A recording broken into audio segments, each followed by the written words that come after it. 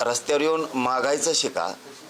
जिथं जिथं अन्याय झालाय तिथं तिथं जाऊन आवाज उठवायचं मराठ्यांच्या पोरांनी आणि मराठा समाजाने शिकलं पाहिजे. दबून राहू नका.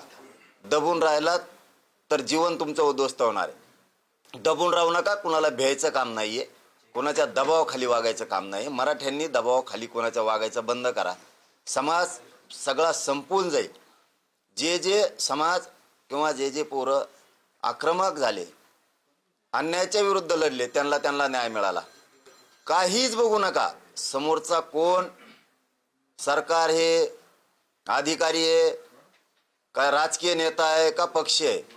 जो अन्याय करतो त्याच्या विरोधात असे चवताळून उठले पाहिजेत मराठी. म्हणून दौरा होईल नाही होईल शक्यतो 20 ऑगस्ट ते 25 ऑगस्ट दरम्यान होणारच. पण शेवटी मला 29 ऑगस्टला उपोषण करायचे. त्यामुळं माझ्याकडेही समाजानं लक्ष ठेवा की मलाही तब्येतीची थोडी काळजी घ्यावा लागणार आहे, आराम करावा लागणार आहे. कारण 29 ऑगस्टच्या नंतर पुन्हा जीवघेणा प्रवास सुरू होणार आहे उपोषणातून. म्हणून नाही आलो तर नाराज होऊ नका. तुम्ही तुमच्या खांद्यावर जबाबदारी घेऊन घराघरात गावागावात जा.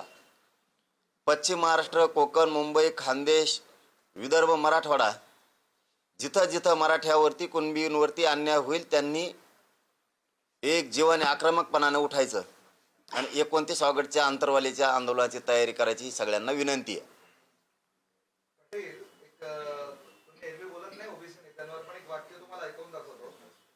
पैसा आणि गोंडस मुलं पाहून मराठा समाजाच्या मुली ओबीसीच्या घरात घुसतात आणि त्यांच्याशी लग्न करतात, संसार करतात, असं नवनाथ वाघमारे म्हणतात.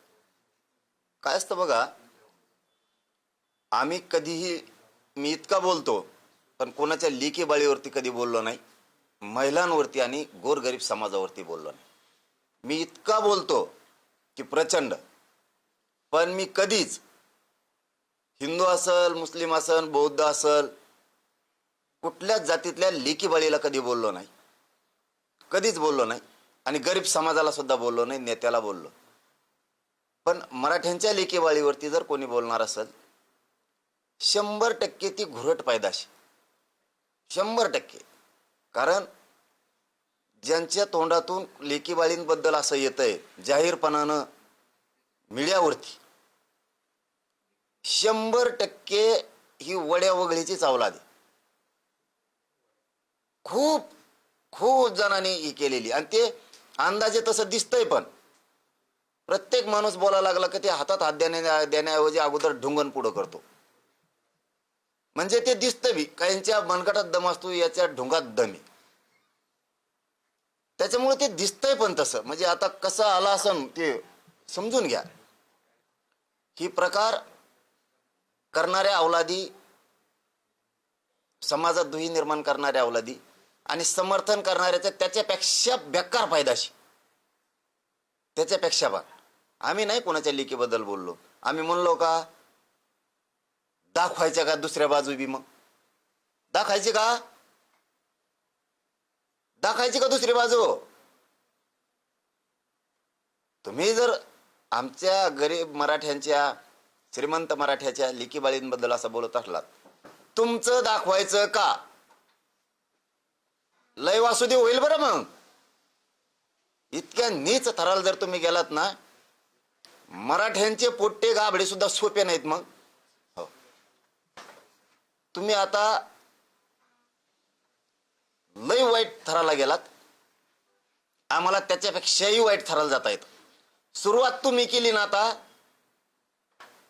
आता मराठी सुद्धा त्याच भाषेत तुम्हाला बोलणार.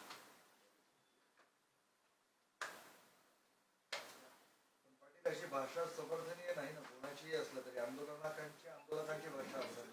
आता काही लोक त्यांच्यात असे म्हणतात की पाटलांची भाषा अनेकदा घसरते. दाखविता का एखादी?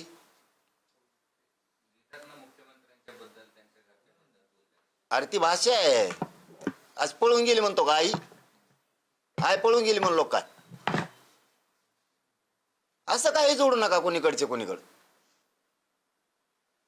भाषा डायरेक्ट म्हणणं, आमकी पळून याच्या घरात घुसली, त्याच्या घरात घुसली. मी घुसली म्हणलो का?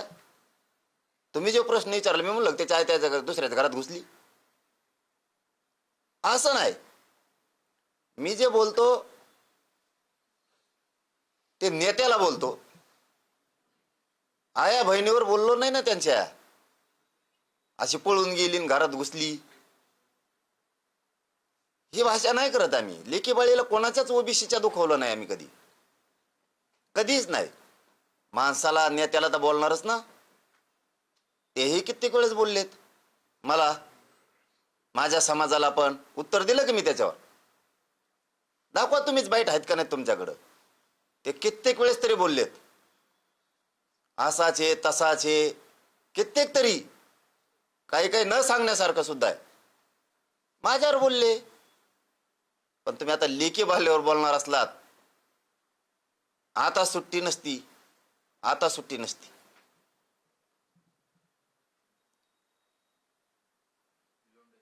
पाटील, काल जी बैठक झाली तुमच्या अभ्यासकांची, बरीच चर्चा झाली, झाली. काय ठरलंय फायनली? काय वर्कआउट झालंय का ते? माझं कर्तव्य जे होतं समाजापुढं ते मी पूर्ण केलं, 100% पूर्ण केलं. राज्यातल्या सगळ्या अभ्यासकांना 16 ऑगस्टला म्हणजे मी काल बोलवलं. 29 ऑगस्टला उपोषण करायचंय. पुढचे जे आर कसे काढायचे, मागच्या काढल्यात काही सुधारणा करायची का, काय काय करायचं, याच्यावरती माझं कर्तव्य मी पार पाडलं. उद्या मला मराठा समाज म्हणला असता, हे अभ्यासक हमेशा विरोधात बोलतेत, हे हमेशाच म्हणतात आमचं ऐकून घेतलं नाही, आम्हाला दुरुस्त्या सांगायच्या होत्या ते ऐकून घेतल्या नाही, जे आर चुकीचं आहे तर दुरुस्त करा, असा असा करा, हे आम्हाला सांगायचं होतं. पण जरांगे पाटील आम्हाला बोलून देत नाही, बोलविलं नाही, म्हणून निवांत 16 तारखेला या म्हणून सांगितलं होतं. महाराष्ट्रापुढं दिसलं यांना गोरगरिबाशी एकनिष्ठ राहायचं नाहीये. यांना फक्त मराठ्यांच्या विरोधात मराठ्यांचेच असून काही अभ्यासक समन्वयक फक्त यांना बोलायचं आहे, हे सिद्ध झालेलं आहे. त्यामुळं आता इथून पुढं किमान त्यांना आता मराठ्यांच्या प्रश्नाविषयी बोलता येणार नाही, कारण त्यांची एकनिष्ठता पक्षाची एकच समाजाशी आहे. हे आता मराठा समाज समोर उघडं झालं. मराठी सरळ म्हणणार आहेत आता, तुम्हाला बोलवलं होतं आले नाही, जे आलेत त्यांना जे विचारलं त्याची उत्तरं का नाही दिली. आणि मग तिकडे मीडियात बोलायचं, आणि इथं समोरासमोर किती चान्स होता. समोरासमोर मीडियाच्या समोर मी जर चुकीचा आहे तर मला उघडं पाडायचं मीडिया पुढंच. आमच्यापासून लांब जायचं 100-50 किलोमीटरवर मग बोलायचं. त्यापेक्षा इथं मीडिया, इथंच लोक पण आहेत. मी जर दोषी आहे तर मला मीडिया समोर उघडं पाडायचं. पाटील, आतापर्यंत तुम्ही अनेक उपोषण केले, त्यामध्ये तुमच्या मागण्या काही मान्य झालेल्या आहेत, काही बाकी आहेत. पुढे कुठल्या मागण्यांना घेऊन कुठली प्रमुख मागणी असेल जी तुम्ही 29 तारखेपासून उपोषण करणार? बरोबर. 58 लाख नोंदी ज्या मिळाल्या, त्या 58 लाख नोंदीचे मला प्रमाणपत्र पाहिजे. आणि 58 लाख नोंदीचा डाटा मी 1 वर्षापासून मागतोय. सरकारला त्या नोंदी कमी करायच्यात जाणून बुजून 58 लाखाच्या.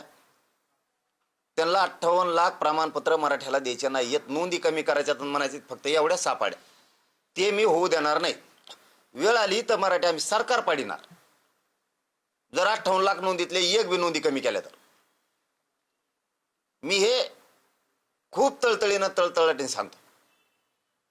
एकतर बावनकुळेने इतका तळतळाट घेतलाय मराठ्यांचा शिरसाट्याने, त्यांनी गोरगरिबाचं वाटोळ करून, त्याच्यात ते घुमरे बी याचिका करायला लावितो, कुठं नाटकं करायला लावितो, कुठं ते म्हणजे अनेक प्रकार करून घेतोय. आता यायला लागलेत फोटो होती त्याचे बी, कसं कसं करून घेतोय, कसा कसा घरी जातो, कसं कसं सांगतो, ते बी यायला लागले त्याचं आता बाहेर. झालं एकदा होईल, पुढं कुठं जाणार आहेस. म्हणून मला 58 लाख नोंदीचे कुणबी प्रमाणपत्र पाहिजेत, हे सरकारनं पहिल्यांदा समजून घ्या. आणखीनही दुरावा दुही निर्माण होऊ देऊ नका. ज्यांनी ज्यांनी कुणबी प्रमाणपत्र घेतलेत त्यांच्या व्हॅलिट्या पाहिजेत, तुमच्या अधिकाऱ्यांनी रोखून धरल्यात. हा माझ्या अचानक एक आता ध्यानात आले, या 4-3 दिवसात विखेंनी नवीनच काहीतरी सुरू केलंय. ज्या व्हॅलिट्या झाल्यात ना त्या पुन्हा तपासणीला घेतल्या. जणून नुसत्या मराठ्याच्याच घेतल्यात का सगळ्याच्याच घेतल्यात विखे? नीट वागा बरं का तुम्ही मराठ्या संघ. ज्यांच्या ज्यांच्या व्हॅलिटी आतापर्यंत झाल्यात, ज्यांच्या व्हॅलिटी पुन्हा सोनवणीला लावल्यात तुम्ही, फक्त मराठ्याच्याच लावल्यात का सगळ्यांच्या लावल्यात? SC ST OBCच्या?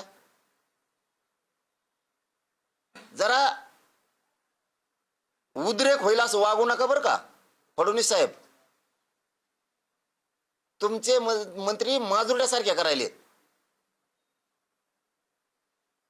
तुम्ही लय दूषित वातावरणास वागू नका. तुमच्याविषयी इतकी खतखते सरकारविषयी, विद्यार्थ्यात, व्यापारी वर्गात, व्यावसायिक लोकात, शेतकऱ्यात, दलित मुस्लिमात, मायक्रो ओबीसीत, आदिवासीत इतकी भयंकर चीड आहे तुमच्याविषयी. तुम्ही लोकांना चिडू नका, विनाकारण असे त्रास देऊ नका. कवाशिक हातातून निष्ठून जाईल सत्ता, माहीत पण नाही होणार. मला 58 लाख नोंदीचे प्रमाणपत्र व्हॅलिट्या पाहिजेत. हैदराबाद गॅझेटियरचा JR काढला त्या प्रमाणपत्र आणि त्या व्हॅलिट्या कशा देणार, दाखल केलेल्या त्या व्हॅलिट्या पाहिजेत. विखे पाटलांना 3 महिन्यापूर्वी सांगितलं होतं, जालन्याला 6 व्हॅलिट्या दाखल केलेल्या आहेत. ते गावडे का गावंडे कुणीतरी त्यांच्याकडं का दिल्या नाहीत आतापर्यंत? त्या पोरांनी इंजिनिअरिंगला ऍडमिशन घेतलेलं आहे. मला सातारा संस्थान, कोल्हापूर संस्थान, औंध आणि पुणे बॉम्बे गव्हर्नमेंट गॅझेटियरचा JRच पाहिजे. एक सुद्धा मी गॅझेटियर मागं ठेवणार नाही. सरसकट सगळ्या केसेस मागं घेऊ म्हणलेत, केसेस मागं पाहिजेत. ACBC, ESBC आणि EWच्या निवड झालेल्या सगळ्या पोरांना नियुक्त्या पाहिजेत. पुन्हा म्हणू नका हे उद्यान परदिशी 29 ऑगस्टच्या नंतर मी एक शब्दही ऐकणार नाही. बलिदान गेलेल्या कुटुंबातल्या महावितरणसह MIDC आणि ST महामंडळ याच्यातल्या नोकऱ्या आणि राहिलेला निधी ताबडतोब द्या. अण्णासाहेब पाटील विकास महामंडळातला एकही परतावा 29 ऑगस्ट पर्यंत थांबला नाही पाहिजे. 28 ऑगस्ट पर्यंत एक पण, सगळे परतावे द्यायचे. 28 ऑगस्टच्या आत सारथीच्या जेवढ्या योजना बंद पडल्या त्या सगळ्या सुरू करायच्या. सारथीला जेवढा निधी कमी पडतोय तो सगळा द्यायचा. पंजाबराव देशमुखांच्या शिष्यवृत्ती योजनेच्या अंतर्गत ज्या ज्या पोरांच्या शिष्यवृत्त्या थांबल्यात त्या सगळ्या द्यायच्या. 28 ऑगस्टच्या आत. परत पुन्हा मी ऐकून घेणार नाही. तुम्ही चुकीचे धोरणं राबवायला तर मराठ्याला येड्यात काढायला. तुम्ही JR काढला मराठ्यांना OBCच्या सोयी सवलतीचा आणि सुविधाचा, लागू का नाही केला? तो 28 ऑगस्टच्या आत लागू होऊन ज्या ज्या मराठ्यांच्या पोरांकडून शाळांनी, कॉलेजांनी 100% फीस घेतली त्यांची फीस वापस करा, त्यांना सोयी सुविधा द्या. मागण्या तुमच्याकडे सगळ्या दिलेल्या, तुमच्याकडे प्रत्येक वेळेस त्या लेखी आहेत. त्या मागणीतली एक सुद्धा मागणी शिल्लक नाही राहिली पाहिजे. मग ते MPSCच्या पोरांचा सुद्धा तुम्ही मला शब्द दिलेला आहे, त्यांना पुण्याच्या आंदोलनात की त्यांची वयमर्यादा वाढून देणार. त्या सगळ्या जाती धर्माच्या गोरगरिबांच्या लेकराचं वाटोळं करता कामा नाही तुम्ही. मी मागण्या पूर्ण दिलेल्या आहेत. जेवढ्या व्हॅलिट्या थांबवल्यात त्या पुऱ्या द्यायच्यात. आता हैदराबाद गॅझेटियर नुसार जे अर्ज आले त्यानुसार प्रमाणपत्र द्यायचे. आणि विशेष 28 ऑगस्टच्या आत हे 4 प्रमाणपत्र जे रद्द केले तर तुम्ही ते मला रद्द केलेले वैध पाहिजेत. कारण त्यांच्या व्हॅलिट्या झालेल्या आहेत तरी तुम्ही रद्द राजकीय दबावपोटी केलेलं आहे.